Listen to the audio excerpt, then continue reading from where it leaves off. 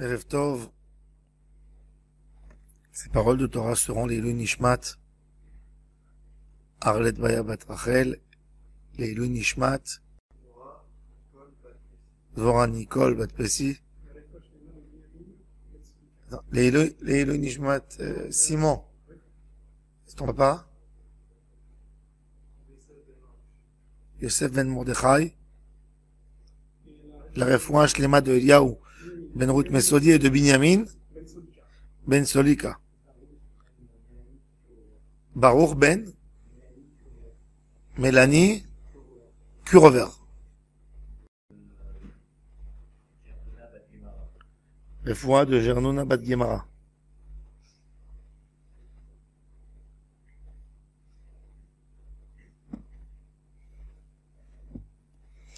Rabbi Nathan, dans l'écouter à la rote, il dit, regarde, c'est quoi la force du mensonge? Le plus grand mensonge, c'est pas un mensonge lequel on entend un mensonge. Il y a quelqu'un qui ment. C'est notre propre comportement avec nous-mêmes.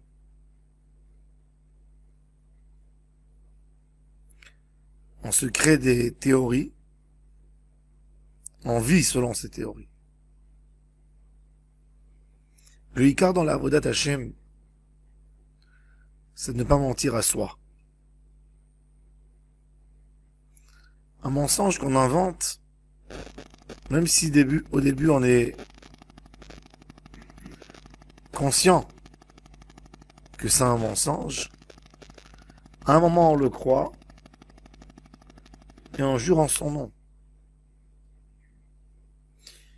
C'est plus que s'habituer. Mon Rav toujours aimait me raconter une histoire. Il disait que dans un village, c'était un village qui était construit comme un escargot, et il y avait une maison dans laquelle y habitaient des vieux. Et un après-midi, les enfants qui ont choisi à jouer au ballon sous leur fenêtre. Et ils tapaient avec le ballon et c'était l'heure de la sieste, du repas. Tout ce qu'elle a fait madame pour les chasser, il embêtait plus fort, il criait plus. C'était une maison à 2 étages. Qu'est-ce qu'il a fait le mari? Il est monté en haut, il a ouvert la fenêtre, il a dit, chers enfants, je comprends pas, qu'est-ce que vous faites ici? Vous savez pas qu'il y a le cirque, le fameux cirque de Russie qui est venu et il fait tout un mofa, une représentation gratuite. Au bout du village, il y a des choses incroyables à voir. Ah, les enfants, ils ont dit, ah oui, merci, merci. Ils sont mis à courir. Et ils courent, et quand ils courent, ils bousculent tous les gens dans la rue, et les gens leur disent, mais où vous courez comme ça? Et ils disent à chacun, t'as pas entendu le cirque russe? Bref, après quelques minutes, quand ils tournent de l'autre côté de la maison, il y a déjà la moitié du village qui court pour aller voir le cirque russe. Le monsieur, il voit une grande manifestation des gens qui courent. Il leur dit, vous allez où? Qu'est-ce qu'il y a? Ils lui disent, il y a le cirque russe. Et il descend, il appelle sa femme, et il met sa veste et il descend pour voir le cirque russe.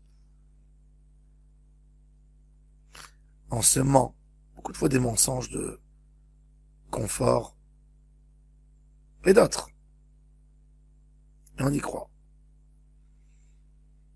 Mon cher Rabbeinu, quand il va annoncer à Paro ce que Kadosh Baruch Hu lui a dit de dire, et lui, tu dois renvoyer les enfants d'Israël. Paro est tout énervé et il n'accepte pas. Et il dit, c'est qui Hachem? Ni Hachem, Asher Eshma Bekolo. וגם את ישראל לא אשלח. Il renonce à Hachem, et ensuite il dit, même s'il y a Hachem, j'enverrai pas le Ham Israël. Qu'est-ce qu'il fait? Il donne un autre argument. Il dit, vous êtes des menteurs. Il dit à Moshe Rabbeinu, t'es un menteur? Ce que tu proposes au Ham Israël, absolument faux. Tu développes chez eux une attente qui va jamais se réaliser. Et il dit, eh ben, depuis maintenant, vous avez du temps à parler, à rêver. Vous allez travailler un peu plus.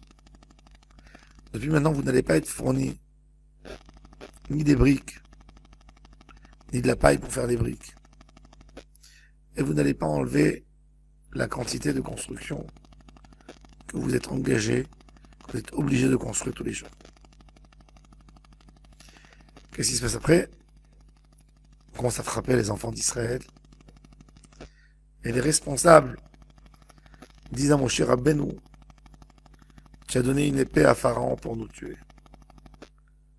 Que Dieu te juge sur le mal que tu nous as fait. Qu'est-ce qu'il fait Moshe? Il sort de la ville et il crie vers Hachem. Il dit des phrases très dures. Mais az bati ledaber bishmecha era la'am hazeh.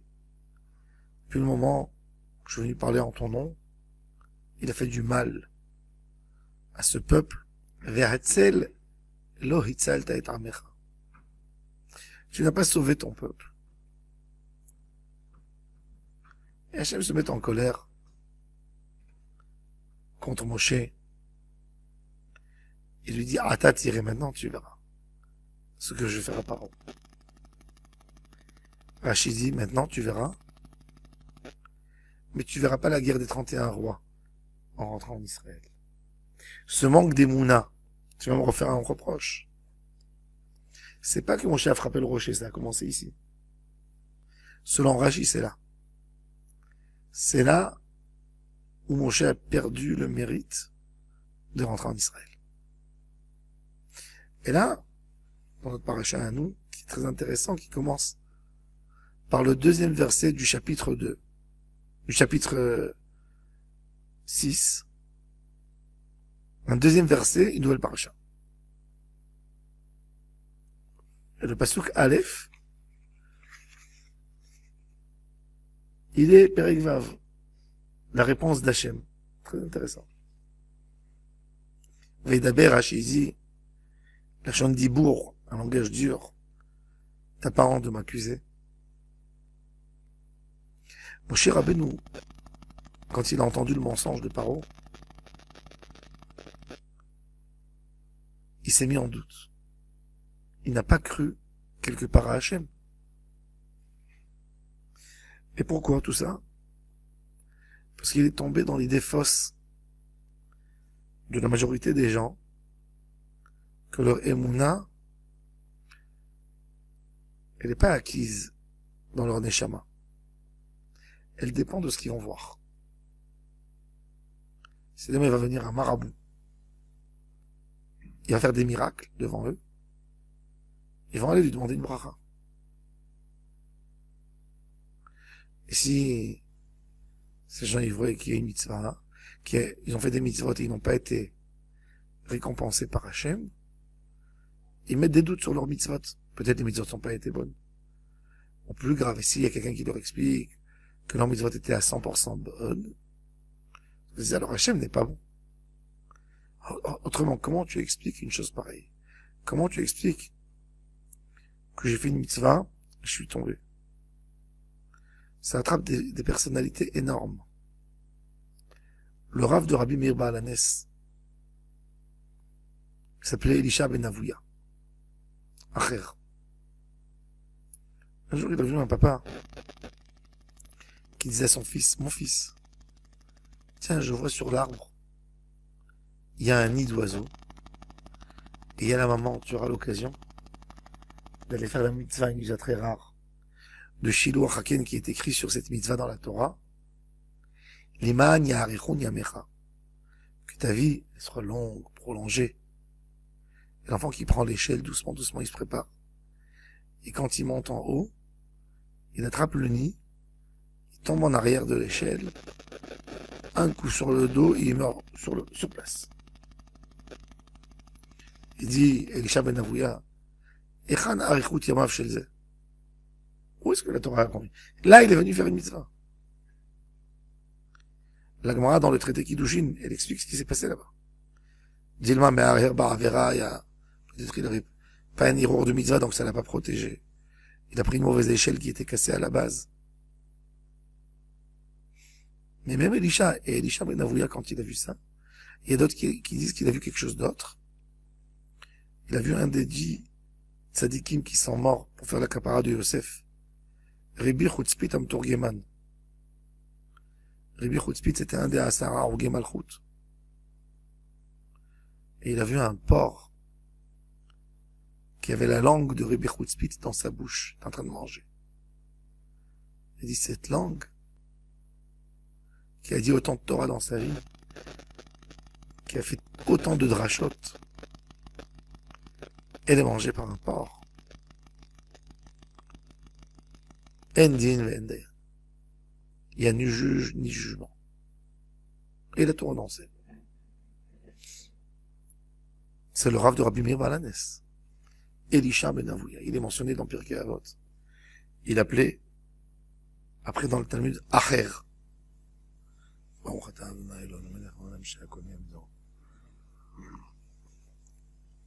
Il est parti derrière ses yeux. Un homme doit savoir séparer entre ce que l'on fait, ce que l'on voit. Avraham Avinu, Hachem lui fait une promesse de la terre d'Israël.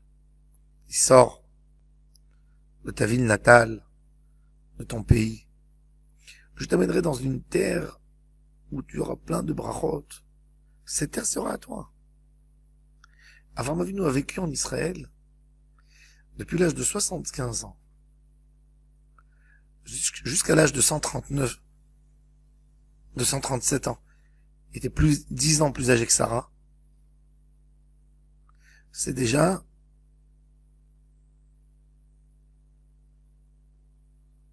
la majorité de sa vie en Israël. Il a dépassé, il est là déjà. Et pour enterrer sa femme, la majorité c'est un peu moins, il est déjà 70 ans presque en Israël. Pour enterrer sa femme, il a besoin de payer autant. Et il n'a pas perdu la émouna en Hachem, que cette terre lui appartient. Yitzhak, deuxième génération. Hachem lui refait la promesse. Et quand Yitzhak a besoin de quelque chose de tellement basique, comme de l'eau. De l'eau. C'est pas qu'il va aller s'approprier une mine d'or. Ou une mine de métal. Non, de l'eau. Un besoin simple. Il creuse dans son terrain. Il cherche l'eau et il y a les Philistins qui viennent, qui lui bouchent les trous. Pour l'eau. Yaakov Avinu, nous n'en parlons pas. Chassé d'Israël, a passé des choses terribles. Et quand il vient en Israël, des épreuves terribles avec sa fille Dina, avec Yosef et les frères. Et bref, après 22 ans qu'il est en Israël, il doit quitter vers l'Égypte. Son fils Yosef. Et il demande lui aussi. Kadosh Baruch Hu dit à Moshe Rabbeinu, Avraham, Yitzhak et Yaakov, et je leur ai promis quelque chose. Et je ne l'ai pas réalisé. Et leur émouna en moi n'a pas diminué. Le contraire. Avraham Avinu, avant de mourir, il a fait des tfilotes pour que Israël passe pour ses enfants. Yitzhak Avinu a prié pour que Israël passe pour ses enfants. Pareil, Yaakov Avinu. Yaakov Avinu, avant de mourir, quand il a vu qu'il n'a rien reçu, il aurait dû s'en passer. Qu'est-ce qu'il dit à Yosef? Tu sais, je te donne de ma part en Israël. Qu'est-ce que tu donnes de ta part? C'est pas à toi. T'as bien vu que t'as jamais, Si je te donne une part en plus, tu donnes. Tu donnes ce qui n'est pas à toi. Ça, c'est la émouna des tzadikim. La émouna des tzadikim, ça c'est la émouna des tzadikim.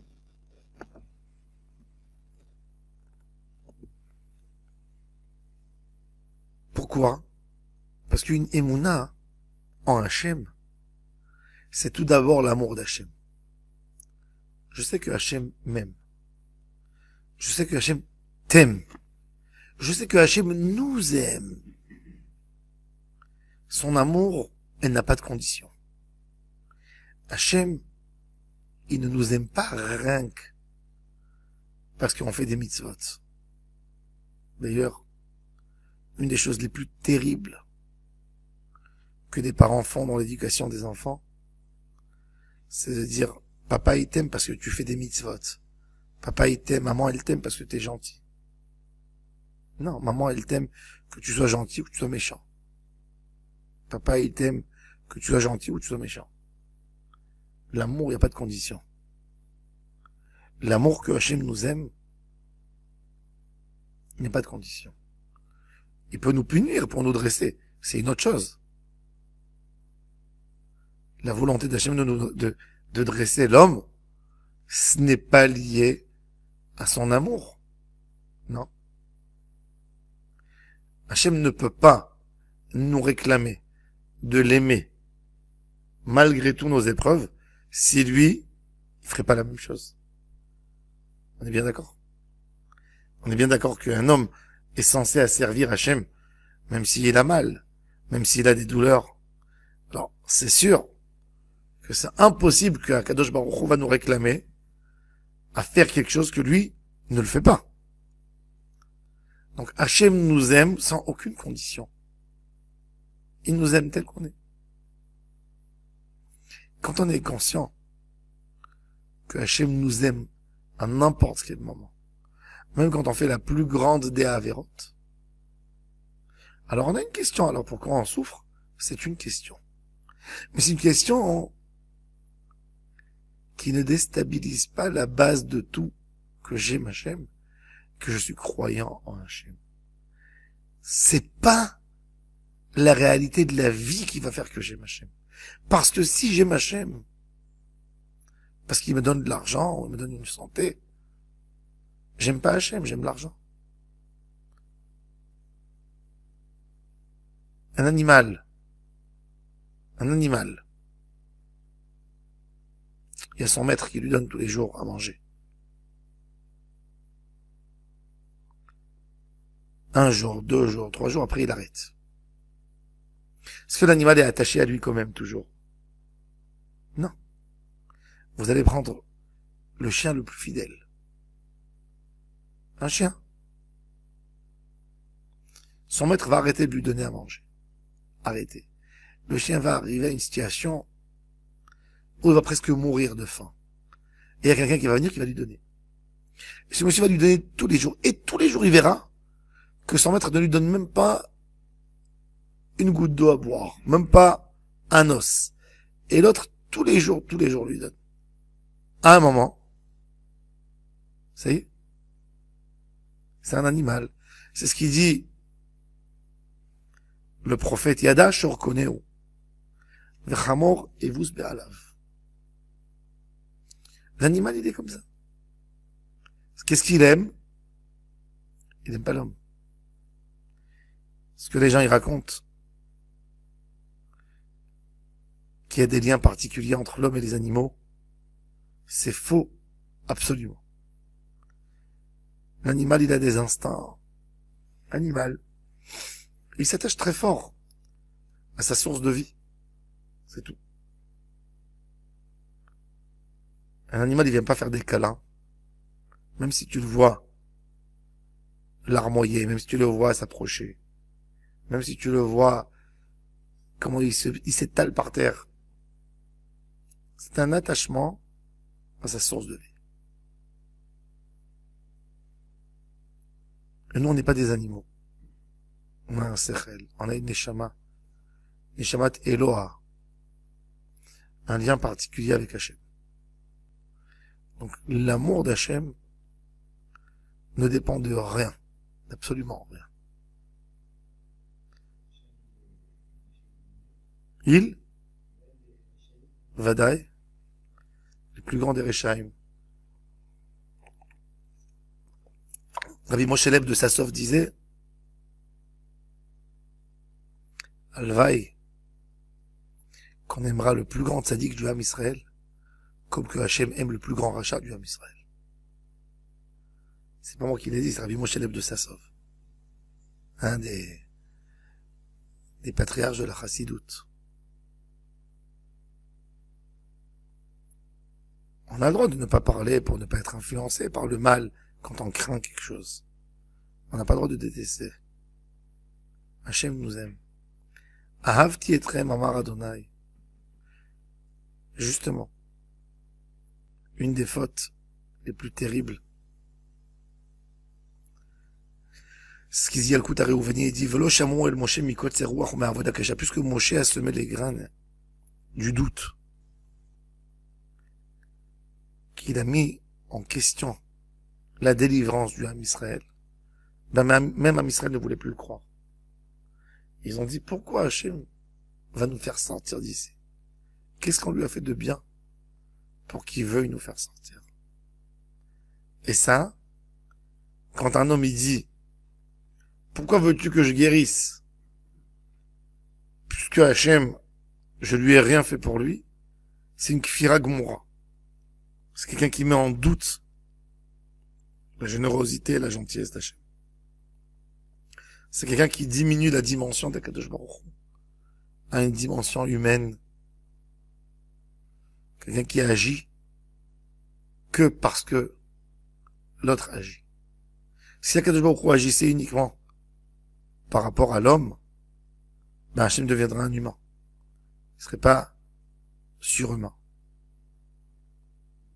Et donc l'amour d'Akadosh Baruch Hu avec le Ham Israël est tellement profonde que toutes les questions que nous avons, ça ne répond pas aux questions.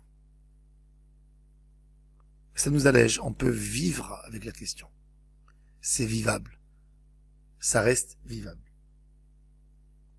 On perd pas notre tête parce qu'on n'a pas compris. Il est où Hachem?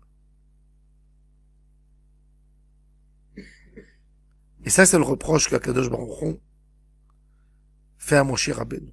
Là, vous êtes en train de créer Ham Israël et dit Hachem.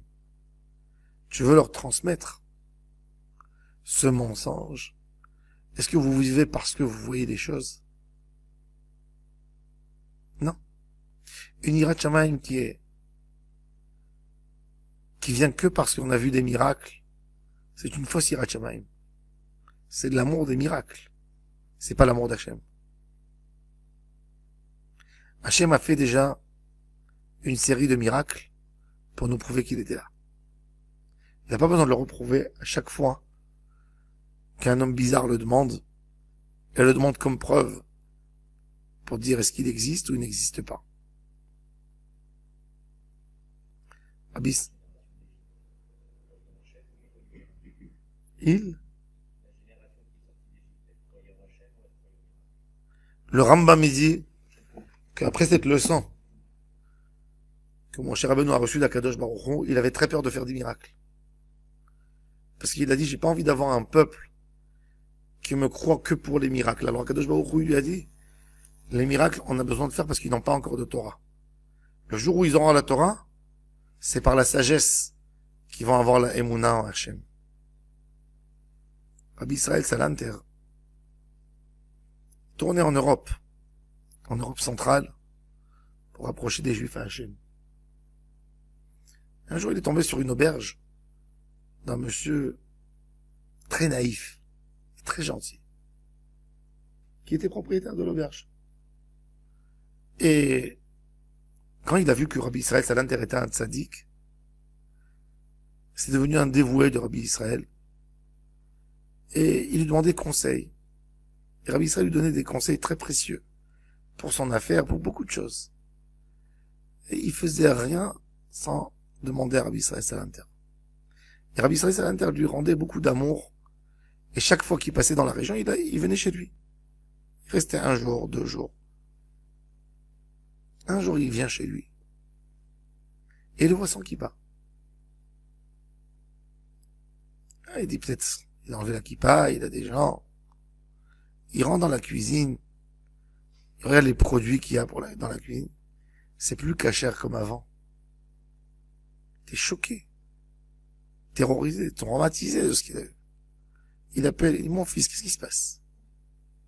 Il dit, Rabbi, je vais te dire. Ne t'énerve pas, je te parle comme mon père. Il y a quelques mois, j'ai reçu un groupe de juifs qui s'appelaient les Maskilim, ceux qui reniaient la Torah. Les chefs du mouvement réformé. Ils sont rentrés chez moi, ils ont commandé une table. Ah, j'ai amené les alcools à table. Ils m'ont dit, t'as pas de saucisson, t'as pas du jambon. J'ai dit, mais on est juifs, qu'est-ce que vous racontez? Et du coup, il y a plusieurs parmi eux qui ont ouvert leurs valises, et ils ont fait monter sur la table des choses, des produits tarifs. Et chacun à son tour, il disait, il y a Hachem dans le monde, tu dis qu'il y a Hachem. Tu sais quoi? Qui m'étouffe si je mange. Ça s'attrape ici. Si m'étouffe, il y a Hachem. Si m'étouffe pas, il n'y a pas Hachem. Et il dit, et chacun des 10 l'a dit. Ils se sont moqués, ils ont insulté. Moi, j'ai vu que Hachem n'agit pas. Ça m'a tout refroidi. Tout. Le Rav, il avait beaucoup de peine d'entendre ça. Il n'a pas répondu. Il est resté dans ses pensées. Il fait moi un verre de thé. Il fait le thé.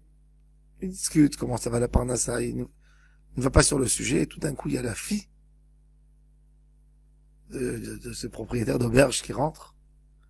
Papa, dis-moi Mazal Tov. Qu'est-ce qui se passe, ma fille? Papa, j'ai appris pendant des mois des cours de danse. Et j'ai été diplômée danseuse. Rabbi Israël Salanter, il la regarde. Il dit, tu sais danser? Il dit, ouais. Il dit, montre-moi comment tu fais salsa. Elle le regarde avec un regard plein d'arrogance, de colère. Il dit à son père, c'est ça tes amis? Elle regarde, elle dit, monsieur, par respect, je te répondrai pas plus méchamment. Mais je ne te dois rien du tout. La personne qui voudra m'embaucher, qui paiera de l'argent, et que je déciderai que ça me convient, je danse devant lui. Tu veux croire, tu crois. J'ai une attestation. J'ai un diplôme. Pas besoin de prouver à chacun qui met en doute mes capacités. Je vais commencer à me mettre à danser devant lui. Son père, il dit au Rav, ne t'énerve pas, c'est une wahadrou, là, c'est là, elle est trop forte. Mais il lui dit, mais t'as bien répondu quand même. Et le Rav lui dit, merci Hachem, qu'elle est venue me répondre. Elle a répondu à ta question. Toi, tu as demandé, comment ça se fait que quand ils t'ont dit qu'il n'y a pas Hachem, et s'il y a Hachem qui les étouffe, qui les étrangle, s'ils mangent, et tu as vu qu'ils ont mangé, qu'ils sont pas morts, tu as mis en doute Hachem. Qu'est-ce que ta fille t'a dit? Il y a un diplôme, on n'a pas besoin de montrer devant chacun. Il y a eu Matan Torah, il y a eu les diplômes d'Égypte, et Kirat Yamsouf. Chaque idiot qui va ouvrir sa bouche, il va dire Hachem, si tu existes, fais-moi ceci. Alors Hachem, il va lui faire. Quand Hachem, il veut faire, quand il décide de faire, il fait.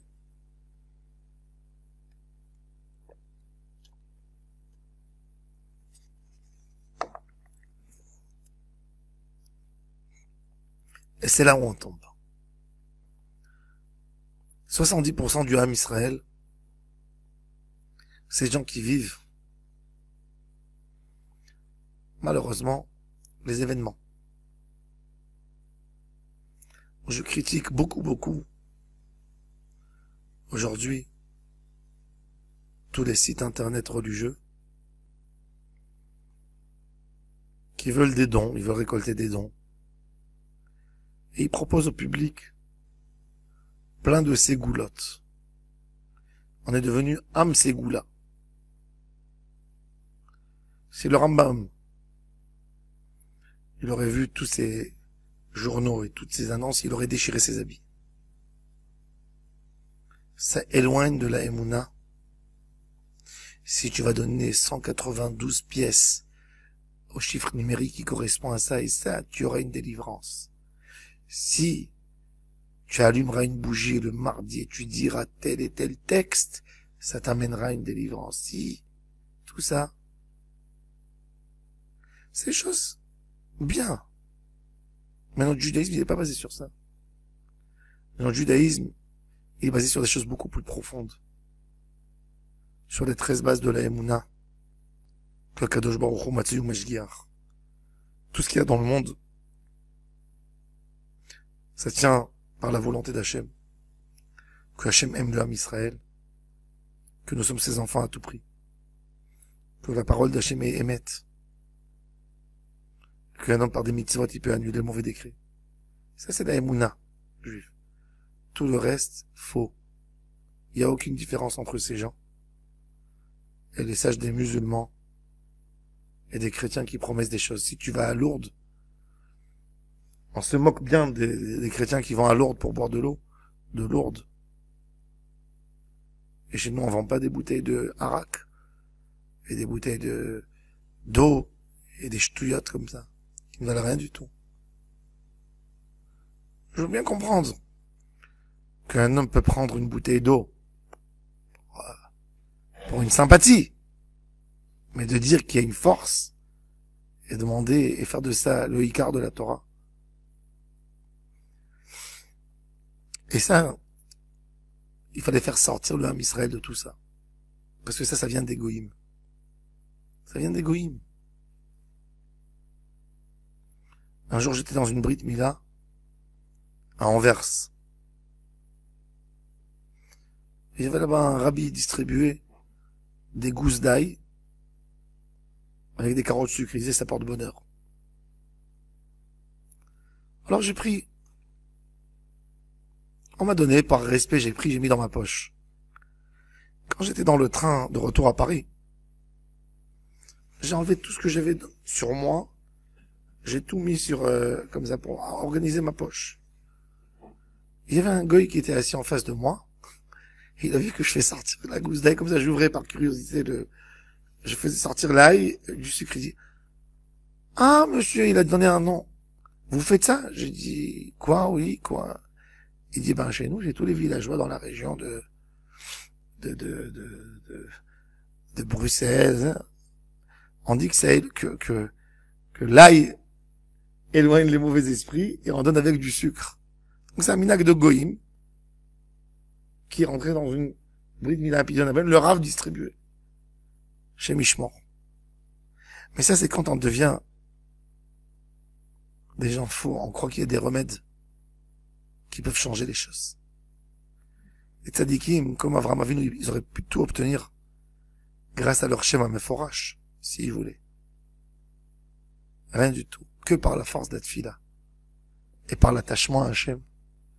Et on s'annule à Hachem Itbarach. Si c'est ta volonté, je l'accepte. Telle qu'elle est. Je ne suis rien. Je ne pose pas de questions. Ça, c'est Emouna. Des fois, même des tzadikim, ils tombent là-dedans. Des grands tzadikim. Et Akadosh Baruch Hu a fait le reproche à Moshe Rabbeinu alav hashalom. Le judaïsme, ce que Hachem s'attend de nous, c'est qu'on soit Yirei Shamayim. C'est que tu fasses la halacha comme ce qui est écrit dans Shulchan Aruch. Et tu mets pas en doute à rien du tout. Tu essayes pas de dire parce que ça s'est passé comme ça, alors ça s'est fait comme ça. Il y avait une fois un rave. Il a milité contre une école qui n'était pas religieuse, qui est ouverte à Jérusalem. Et il a fait sortir une lettre. Il a écrit une lettre que personne n'envoie à ses enfants dans cette école. Et le lendemain qu'il a écrit la lettre, il est tombé dans les escaliers, il s'est cassé le pied. Alors le directeur de l'école, il a envoyé de lui dire, vous voyez, monsieur le rabbin, vous êtes sorti contre nous, Alors vous vous êtes cassé le pied. Il a dit, je me suis cassé le pied parce que je suis pas sorti assez fort contre vous. Parce que j'ai écrit qu'une lettre. Et ben là, ça me prouve du ciel qu'il faut faire plus que ça encore. On peut utiliser n'importe quel événement de la manière qu'on veut. Le hikar de tout, c'est la halakha. C'est d'étirer Shamaim. Et de suivre à la lettre ce qui est écrit dans Shulchan Aruch, ce qui est écrit dans la halakha, et d'être ma'amin en Hashem Yitbarach, de développer l'amour d'Hachem en nous, à ne pas se poser des questions. Quand Hachem voudra, ça se passera. Zéro. Ne pas prier pour avoir des nissim. Prier parce qu'il faut prier. Prier parce que notre corps, dans un corps, on sent ce qu'on sent. On demande ce qu'on demande. Mais Akadosh Baruch Hu, il fait ce qui lui convient. Zéro. Ça doit être notre regard. Et on n'a pas à regarder les événements et les choses qui se passent. Comme il dit, Shlomo HaMelech, sois pas jaloux dans les gens qui font du mal. Tu vois qu'ils réussissent dans la vie. Al titrar b'mereim, al tekane b'osei avla. Le paramètre de Avodat Hashem, c'est pas le succès. S'il y a 20 personnes qui font quelque chose qui est tordu, et que ces gens sont félicités par des rabbins et tout ce que tu veux, ça ne rend pas la chose cachère. Ça ne lui donne pas de légitimité. Celui qui donne la légitimité, c'est Shulchan Aruch qui est basé sur les lois de Moshe Rabbeinu alav shalom. Sur ce que Moshe Rabbeinu nous a fait entendre la volonté d'Hachem, comment un juif doit se comporter. C'est pas l'argent, pas le bonheur, rien d'autre.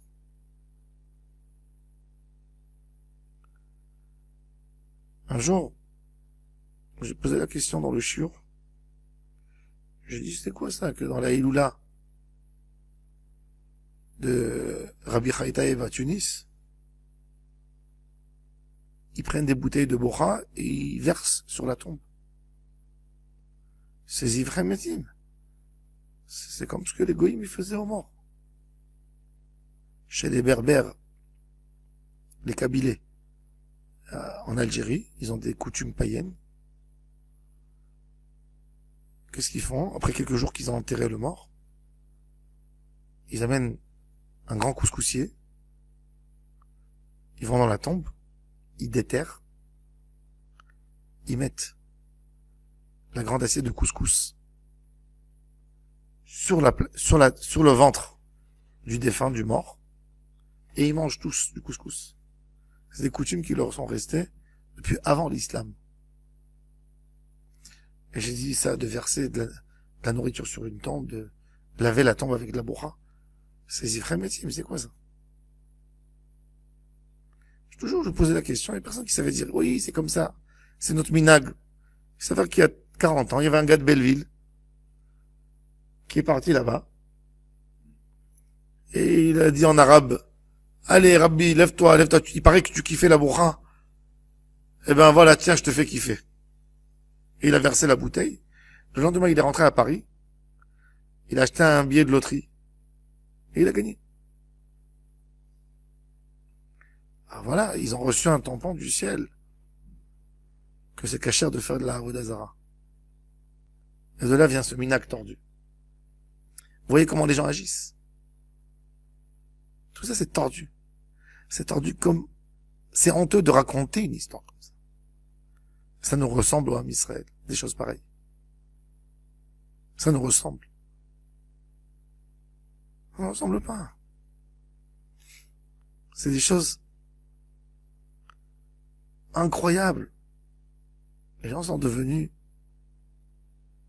comme des Africains, des païens, des marabouts. C'est quoi tous ces ségoulottes? Faut donner un grand coup de pied, et envoyer tout et jeter tout. Il y a une ségoula. Étudier la Torah. Malheureusement, ça deviendra une ségoula. Faire tfila. Point. Point. Akadosh Baruch Hu, il n'a pas écrit dans toute la Torah qu'il faut faire des ségoulottes pour nous répondre. Il a dit, Akadosh Baruch Hu, il a dit, quand tu me cries, je t'écoute. Point. C'est ce qu'il a dit. On n'a pas besoin de faire rien d'autre. Notre relation, les plus hauts niveaux de la Avodat Hashem, il dit Rabbeinu Hari, c'est par les mitzvot qui se font avec la voix de l'homme et avec la foi de son cœur. C'est hors pnimi. Toutes les autres mitzvot qu'on fait avec nos mains, qu'on fait avec un objet, c'est de la lumière externe, c'est même pas la lumière interne. Prenons la plus belle des mitzvot que vous voulez, que vous la faites. Le loulav, admettons, manger la matzah de la seder. C'est de Horaïta, une fois par an. C'est hors chitzon, c'est même pas hors pnimi. Plus haut niveau, c'est un psaume de Teidim, avec un attachement spirituel à Hachem. Tu te fais du hors pnimi. Tu vas dans un shiur Torah. Tu étudies la Torah. Tu prends un texte, un livre. Tu demandes à Hachem que ce livre t'éclaire ta neshama. C'est ça le hors pnimi. C'est ça les Yeshuot. C'est ça la vraie clé de la délivrance de l'homme.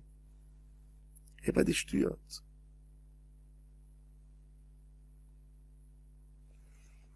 Am Israël a fauté, comme j'ai dit au début du shiur. וידבר משה כנגד בני ישראל ולא שמעו אל משה מקוצר רוח ומעבודה קשה. Dans Yakut Réouveni, il dit, Am Israël a dit, nous n'avons pas de mérite pour sortir d'Égypte. Pourquoi Hachem veut de nous? Soupçonnez. Comprenez pas. Pourquoi Hachem veut qu'on sorte d'Égypte? Qu'est-ce qu'on a fait comme mitzvot particulière? Et Akadosh Baruch Hu te dit, Be'etziat Mitzrayim, c'est la preuve à quel point Hachem nous aime. La merveille de Yetziat Mitzrayim, ça montre que on n'a aucun mérite. Qu'est-ce qu'on peut faire nous pour payer à Hachem? Akadosh Baruch Hu, il dit, il y a personne qui m'a donné quelque chose qui m'a rendu une dette. Quelqu'un m'a fait du bien. Il dit, Hachem, tu sais Hachem, j'ai fait une brit mila à mon fils, j'ai fait une mitzvah. Hachem lui dit, qui t'a donné l'enfant? Hachem, j'ai mis une mezouza à l'entrée de ma maison. Et Hachem lui dit, qui t'a donné la maison? Hachem, j'ai donné la tzedaka aux pauvres. Hachem lui dit, qui t'a donné l'argent pour donner, pour prélever? Mais malgré tout, Akadosh Baruch Hu considère chaque acte qu'on fait comme la plus grande et la plus belle des mitzvot. Parce qu'il nous aime. Ça, c'est la grandeur. Ça, c'est Ahavti Etrem Amar Adonai. Il n'y a pas de condition dans l'amour d'Hachem. Mais eux, Velo Shamron El Moshe, Mikotse Rouin, ou Me'avoda Kasha, ils se sous-estimaient.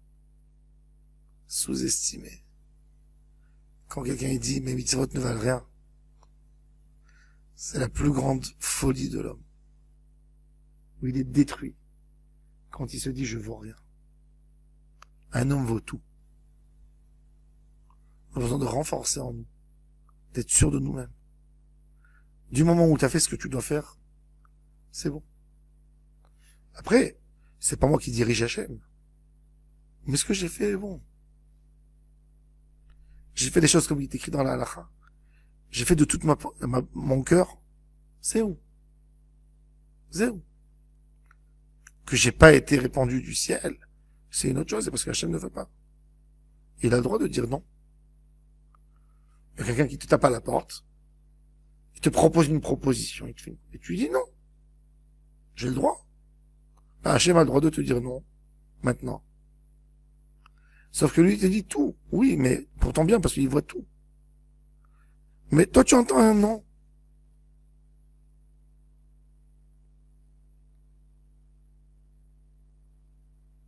Et après, ça enchaîne encore. Quand Moshe Rabbeinu en lui-même a mis des doutes sur ce que Kadosh Baruch Hu a dit, Alors le Ham Israël, le Shamuel Moshe. Et quand Moshe Rabbeinu a mis un doute, et le Ham Israël n'a pas écouté Moshe, Moshe pose une vraie question. Erishmaeni Paro. Comment Paro va m'écouter? Les enfants d'Israël ne m'ont pas écouté. Vania Haral Sefataim. Alors c'est très intéressant. Dans notre paracha, dans notre paracha, Hachem n'a rien répondu là. Rien. Dans la paracha de Shemot, Moshe Rabbeinu dit à Hachem, Hachem, je suis pas un homme de parole, ni d'hier, ni d'avant-hier, depuis le moment que tu as parlé, car je bégaye très dur. Et Hachem lui dit, qui c'est qui donne la force de parler à l'homme? C'est moi. Pourquoi Hachem n'a pas répondu ça à Paro ici, à Moshe Rabbeinu ici? Parce que là-bas, Moshe Rabbeinu, c'était comme un chaliar tzibour. On lui dit, mente, il dit, je sais pas chanter, laissez-moi.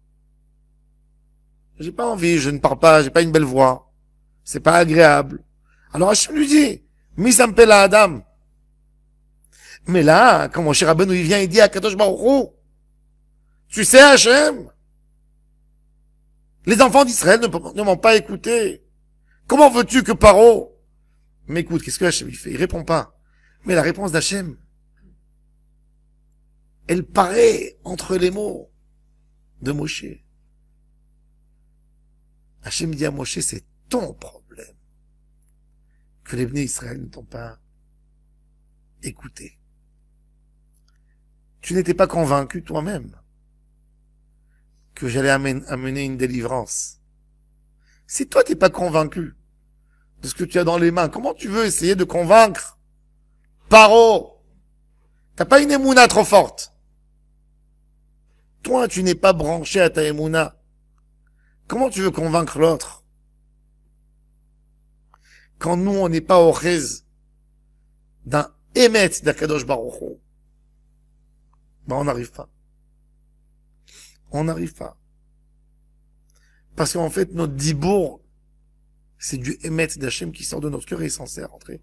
Quand c'est une parole sincère, elle est censée rentrer dans le cœur de l'autre.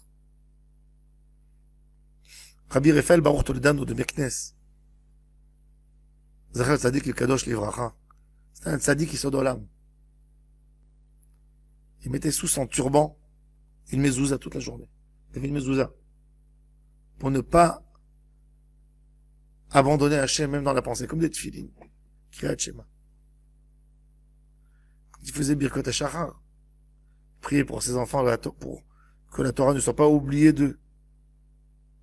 Il versait des larmes, de quoi remplir un demi-verre. Un jour, il est parti dans une ville où on lui a dit, il n'y a pas de mikvé. Il n'y a pas de mikvé. Les femmes qui sont un peu plus pieuses, qui sont Yireh Shamayim, elles vont au fleuve de la ville. Et les autres femmes, elles tremblent, elles sortent pas, elles font la douche à la maison, au lieu d'aller au mikvé. Et en hiver, même les femmes pieuses, elles ont peur d'aller. Ben, elles vont pas, elles restent interdites 3 mois, puisqu'il fait trop froid. Il a entendu ça. Il a voyagé dans cette ville. Il a réuni tout le monde. Il a demandé que toute la ville vienne. Et il s'est mis à parler de l'importance du mikvé. Il a dit, voilà, Bezrat Hashem, on a une idée, le Rav de l'endroit avec moi, de vous construire un mikvé. Et il a demandé des dons pour le mikvé. Et personne qui donne pas, qui donne rien. Le Rav a demandé qui veut offrir la salle, qui veut offrir la douche, qui veut offrir le carrelage, le terrain. Rien. 1 heure, rien du tout. Le Rav s'est mis à pleurer. Il a éclaté en pleurs devant tout le monde. Et des gens lui ont dit, Rabbi, pourquoi tu pleures?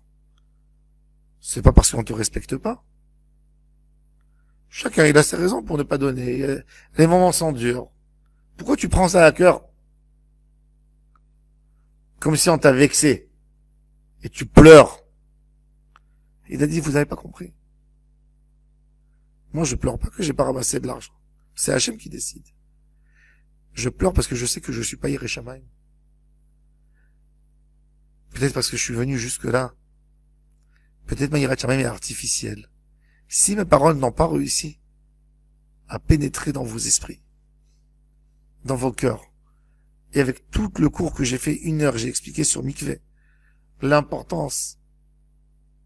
C'est-à-dire que moi, j'ai un problème de Gdusha en moi, et je pleure sur moi-même. Je pleure pas sur vous. Je pleure pour moi. Je pleure où je suis moi, que je dis des mots, ça ne rentre pas. Ça veut dire que c'est moi. C'est pas sorti d'un endroit kadosh, alors je pleure sur moi. Et il continue à pleurer.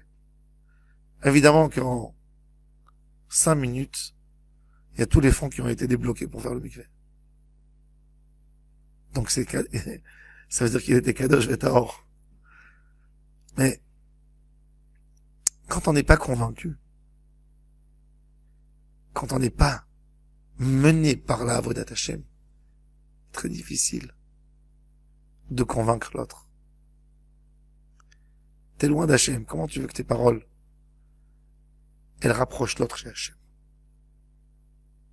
C'est une avoda de nous-mêmes, c'est un émet de toi. C'est ce qu'il dit à Kadosh Baruch Hu. Kadosh Baruch Hu ne répond pas, Moshe. Il dit, t'as pas un problème de bouche, t'as un problème d'esprit. T'as un problème d'émouna avec moi. Paro, il est anti-émouna. Paro, il est anti-Hachem. Pour essayer de lui mettre de la émouna, il faut que toi, tu fasses un travail avec toi-même. Quand tu feras toi un travail, quand toi tu feras un travail, tu arriveras à convaincre le Ham Israël dans la émouna. Tu auras un message clair qui va rentrer dans les esprits. Et quand tu auras de la émouna, toi et Ham Israël, Paro ne pourra pas lutter contre vous. Il sera fini. Et c'est pour ça que d'ailleurs, mon cher Rabbeinu, il a très bien compris.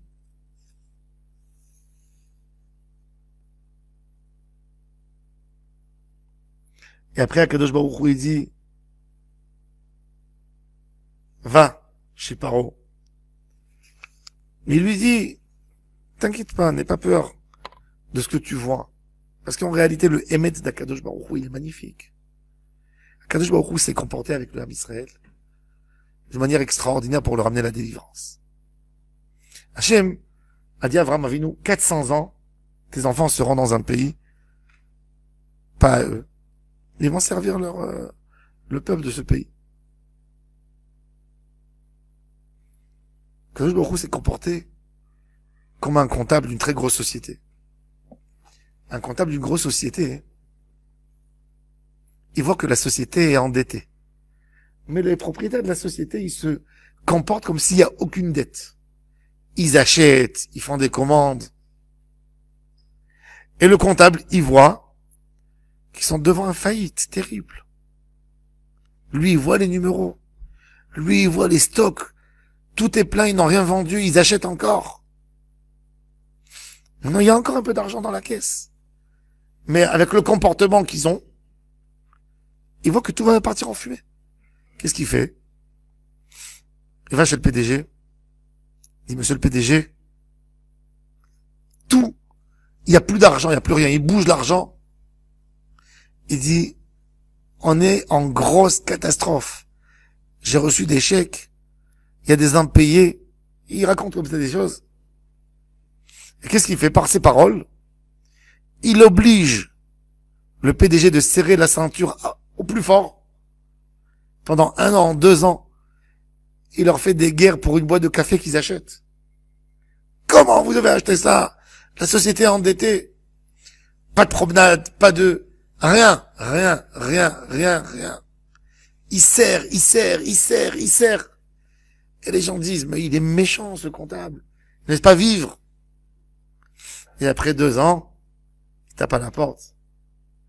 Il dit, voilà, votre société maintenant, 0 dette, très bon état. C'est ce qu'Akadosh Baruch Hu a fait à Israël. Vous devez rester 400 ans. Mais vous avez fait que 210 ans. Hachem, il durcit le cœur de Paro. Vers la fin, il devient tellement dur pour faire une capara et pour finir tout en une fois. Mais le Ham Israël, l'homme simple, qu'est-ce que lui il voit?